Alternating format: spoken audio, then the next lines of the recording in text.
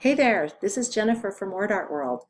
So today I'm in Photoshop and I'm going to demonstrate how you can add some color to word art. So this first word art image I have here is just in black and there's no other color associated with it. And so the first thing that you can do to change the color is use the Command or Control I shortcut. So if I go ahead and just do that, Command I, it's going to invert my color to white. So that's the same thing for anything else. If I did that, use that same command on this piece of chipboard here, it's going to just invert that color. And it kind of is a fun way to quickly give something a different look. So that's a really easy command that you can do with any of my word art because the majority of my word art is actually offered in black, just like this first one here. So if you want white, just hit that Command or Control I in Photoshop and it automatically switches it for you. The second tip I have for you is using the Command U or Control U shortcut. So let me show you how that works. Basically, I want to add red to this word art. And so I've already selected red in my foreground over here. And once I've got my word art selected here, I'm going to hit Command or Control U, and it's going to pull up the hue saturation box. From here, I'm going to hit Colorize because that adds some color to the word art design.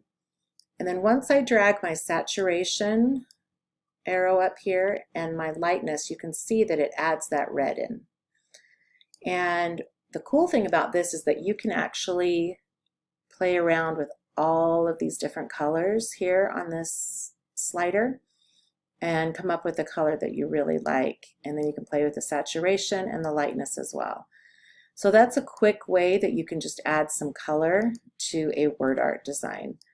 Same thing goes for this. If I have this chipboard style and I really like the look of the chipboard but I need a different color, I'm going to hit Command or Control U, pull that up again, and this time I don't need to colorize it because it already has a color assigned to it. So I can actually just use my slider and move that back and forth until I get something that I really like. Let's go with a blue here and click OK. So any time you have a word art design that has some color to it, that's all you have to do. Just pull up that box and then change the color that into something that you like. All right, it works really great with stamped word art as well, and a lot of my word art I end up turning into a stamp.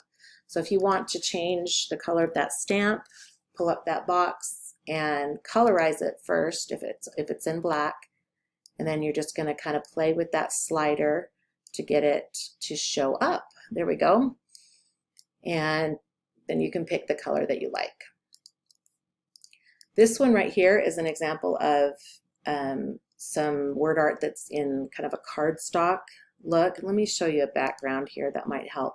So it's just a basic white cardstock background or design for this word art. And I want to change the color, so I can either do Command or Control I to invert that, or I can use my little handy trick with Command U or Control U and then colorize it and do the same thing. So it doesn't matter really what you've got going. You can really come in here and change the look and feel of it.